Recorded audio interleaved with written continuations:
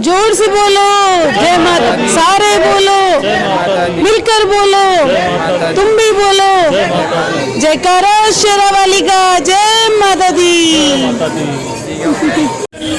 तो अब एंट्री के साथ हमारी भी यात्रा शुरू हो गई है। ये यहाँ का स्टार्टिंग पॉइंट है, यहाँ से घोड़े पे जाएंगे आपको। यहाँ पे घोड़े पालकी सभी की फिक्स रेट है, जो कि हर जगह पे नोटिस बोर्ड पे लगी हुई है, और कोई भी आपको ओवर चार्ज नहीं कर सकता, इसलिए ओवर चार्जिंग से हमेशा बचें। और इसी के साथ हम भी चल रही, हम तो पैदल चल रहे हैं, हमें अभी तक तो घोड़े की ज़रूरत महसूस नहीं हुई है, बट आगे देखते हैं।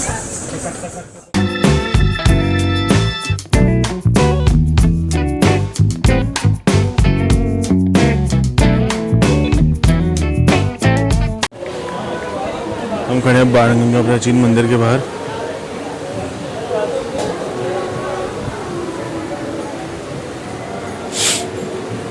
जी, ये यात्रा का सबसे पहला पड़ाव होता है और यहाँ के दर्शन करके लोग जरूर जाते हैं। यात्रा मार्ग पे सारी दुकानें खुली हुई है, खाने पीने से लेकर जरूरत का हर सामान आपको यहाँ पे मिलता है। इनफैक्ट आपको मेडिकल एड और मेडिसिन भी यहाँ पे मिल जाएगी। ये देखिए, ये मेडिकल स्टोर है और ये सारे यात्री आते हुए घोड़े से, पालकी से, पैदल सभी तरीके से लोगों पर चढ़ रहे हैं। रात के करीब 9:30 बजे। टेम्परेचर कम है, लेकिन जलने की वजह से हमें सर्दी नहीं लग रही है।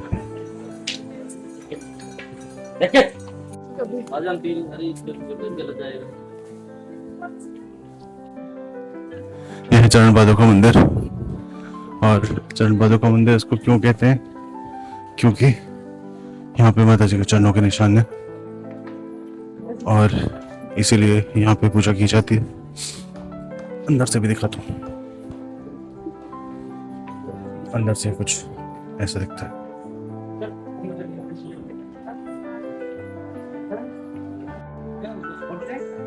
देखिए, पूरा मंदिर दिखाता हूँ।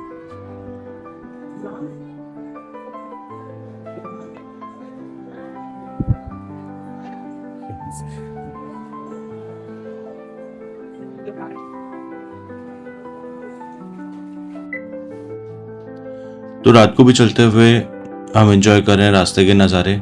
आप भी देखें हमारे साथ, ये नीचे कटरा शहर का पूरा व्यू, जो रात को रोशनी से इतना सुंदर लग रहा है, जो दिन में एक अलग ही फील देता है और रात को बिल्कुल ही अलग दिखता है।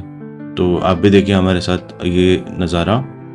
और इसके साथ ही अपनी यात्रा मार्ग पर हम आगे बढ़ते हैं और पहुँच गए हैं अर्धकुमारी।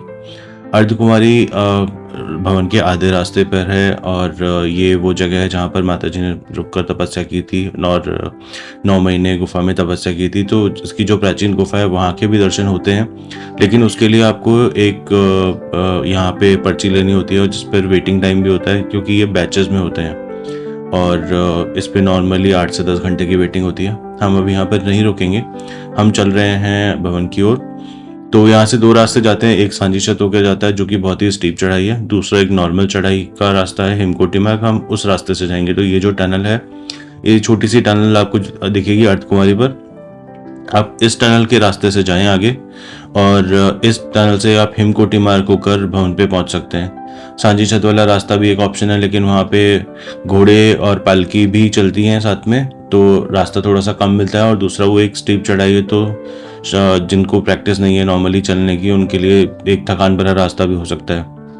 तो हम ये सजेस्ट करेंगे कि ये वाला रास्ता आप लें, हेमकोटी मार्ग, और भवन की तरफ चलें। और ये जो व्यू होता है गाइस, ये आता है भवन से सिर्फ 1 किलोमीटर पहले, और यहाँ से हमें पहली झलक दिखती है श्री माता वैष्णो देवी जी के भवन की। और गाइस, एक खास चीज़ जो आप एक्सपीरियंस करेंगे वो यहाँ की है कि इस जगह पे आने के बाद आपके रास्ते की पूरी थकान दूर हो जाएगी। आप भी एक्सपीरियंस कीजिए।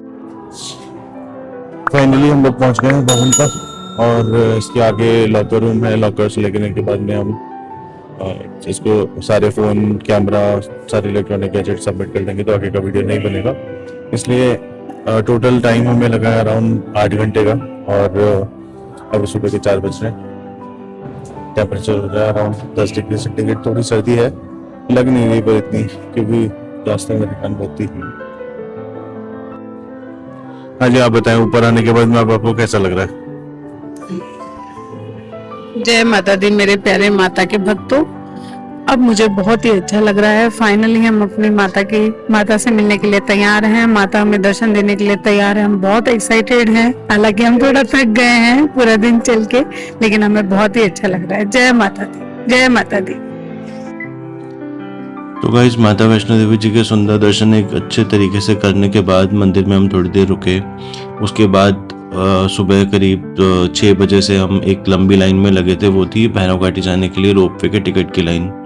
और मैं सबको ये रिकमेंड करूँगा, जो गलती हमने की आप रिपीट मत करना। हमने ऑनलाइन टिकट बुक नहीं की थी और उसकी वजह से हमें 2 घंटे लाइन में रुकना पड़ा ऑफलाइन टिकट लेने के लिए, क्योंकि ऑफलाइन टिकट और करंट डेट का टिकट सिर्फ काउंटर पे ही अवेलेबल है। आप नेक्स्ट डे तक का टिकट प्री बुकिंग कर सकते हैं ऑनलाइन, और सारी बुकिंग्स होती है वैष्णो देवी श्राइन बोर्ड की वेबसाइट पे। उसका प्रोसेस भी अभी आपको बताता हूँ। और ये जो आप लाइन देख रहे हैं, ये टिकट लेने के बाद रोपवे में चलने की लाइन है। तो वहाँ पे भी बहुत लंबी लाइन लगी हुई थी, बहुत ज़्यादा भीड़ थी उस दिन, क्योंकि संडे था तो बहुत ज़्यादा भीड़ थी रोपवे के लिए। तो देखते हैं कैसे ऑनलाइन बुकिंग की जा सकती है माता वैष्णो देवी श्राइन बोर्ड की वेबसाइट पर। तो रोपवे बुक करने के लिए सबसे पहले माता वैष्णो देवी श्राइन बोर्ड की वेबसाइट पर जाएं। पहले अपना मोबाइल नंबर डालकर रजिस्टर करें। वहाँ पे OTP का ऑप्शन आएगा, क्लिक ऑन OTP एंटर करके लॉगिन कीजिए। यहाँ पे आपको ऑप्शंस मिलेंगे ropeway, helicopter, battery car, accommodation और यात्रा पर्ची बुक करने के। यहाँ से आप इनकी बुकिंग कर सकते हैं। ये सब प्री बुकिंग है। तो ये देखिए, यात्रा पर्ची के लिए आपको अपनी डिटेल्स फिलअप करनी पड़ती हैं, और डिटेल्स फिलअप करके यात्रा पर्ची ऑनलाइन कर सकते हैं। रोपवे का टिकट भी आप यहाँ से अपने पैसेंजर्स की सारी डिटेल्स फिल करके पेमेंट करके और रोपवे का टिकट ले सकते हैं। रोपवे की टिकट चार्जेस हैं 100 रुपये पर person. That's to and fro, जाना और वापस भी आएंगे उसमें। और इसके साथ ही ये बुकिंग करने के बाद हम चल दिए अपनी भैरव घाटी की यात्रा पे। फाइनली हमारा नंबर आ गया रोपवे की केबल कार में जाने का।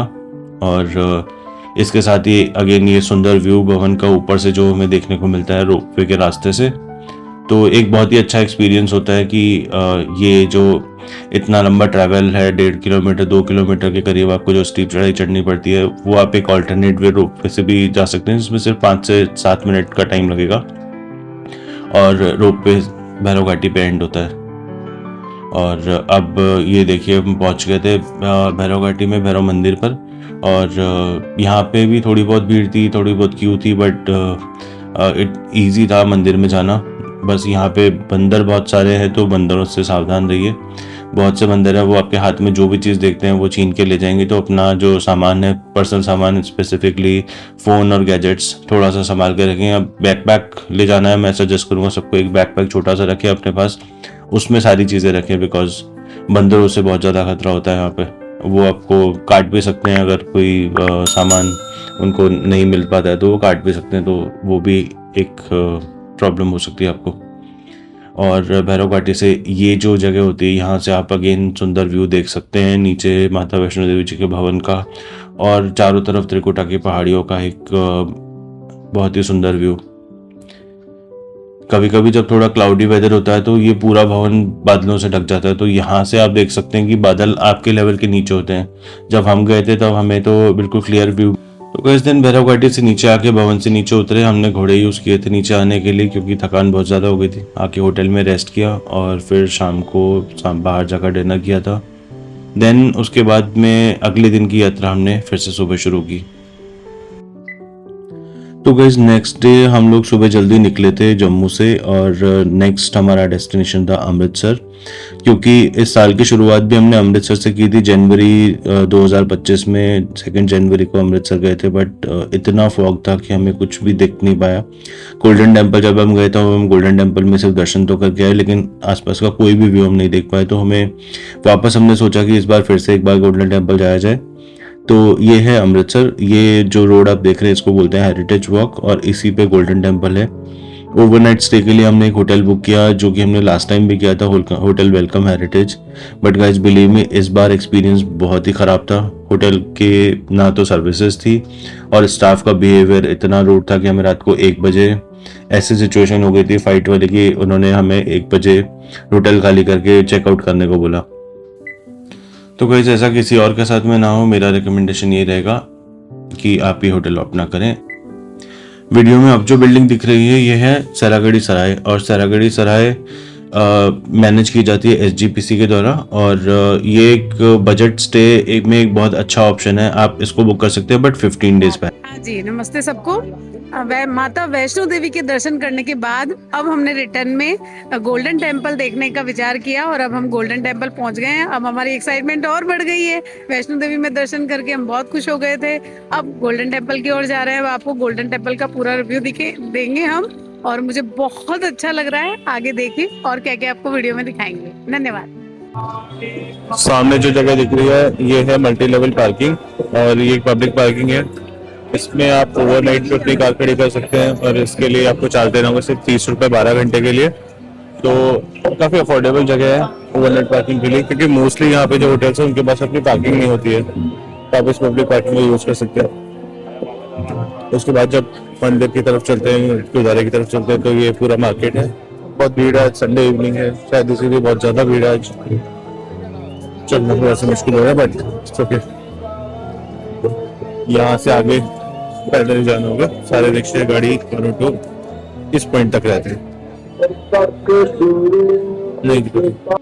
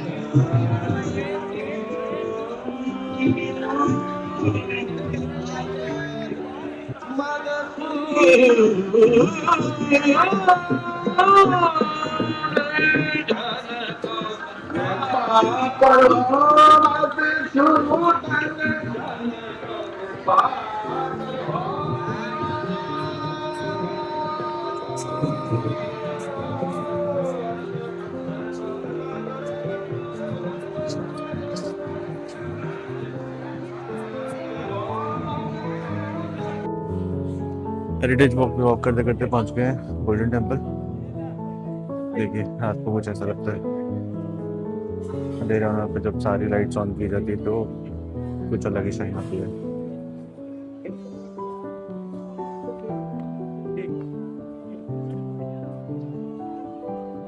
और ये वापस पीछे मार्केट।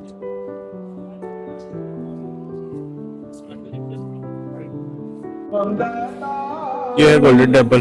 तो गोल्डन टेम्पल को गोल्डन टेम्पल क्यों कहते हैं अब शायद बताने की जरूरत नहीं है। टेम्पल तो गोल्ड है ही, उसके आसपास हर चीज गोल्डन हो जाती है।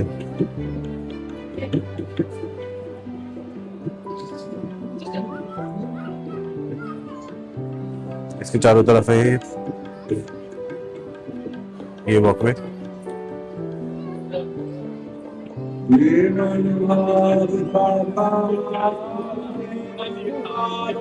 आगे जब इस वॉकवे पे पूरी परिक्रमा करके उस पॉइंट पर पहुंचेंगे जहां से गुरुद्वारे के अंदर जाने के लिए लाइन शुरू होती है, उसके बाद आप गुरुद्वारे के अंदर जाके दर्शन कर सकते हैं।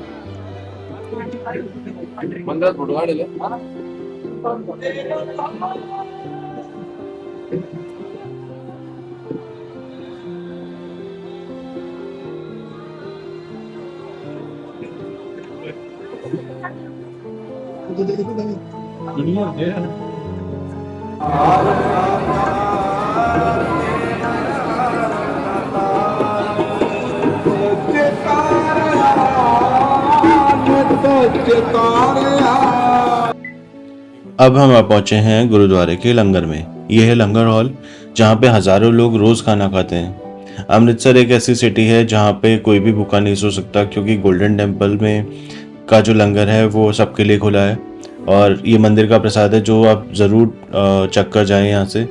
और अगर आप डोनेट करना चाहते हैं या किसी भी तरफ से तरीके से सेवा करना चाहते हैं तो भी आप ऑफिस में कांटेक्ट कर सकते हैं। यहाँ पे काउंटर्स बने हुए हैं और आप इसके अंदर जाके देखेंगे ये वर्ल्ड का सबसे बड़ा किचन है, लेकिन फिर भी सारी चीज़ें इतनी मैनेज्ड हैं यहाँ पे खाना बनाने से लेके और खाना सर्व करने तक और उसके बाद में यूटेंसिल क्लीनिंग तक सब चीज़ें इतनी मैनेज्ड हैं कि आपको ये बहुत बड़ी जगह पे भी देखने को नहीं मिलेगा। तो आप लोग जब भी जाएं, जब भी विजिट करें, प्लीज़ क्लीनलीनेस और मंदिर की पवित्रता को बनाए रखें और कोई भी चीज़ ऐसी ना करें जिससे इसको हार्म पहुंचे।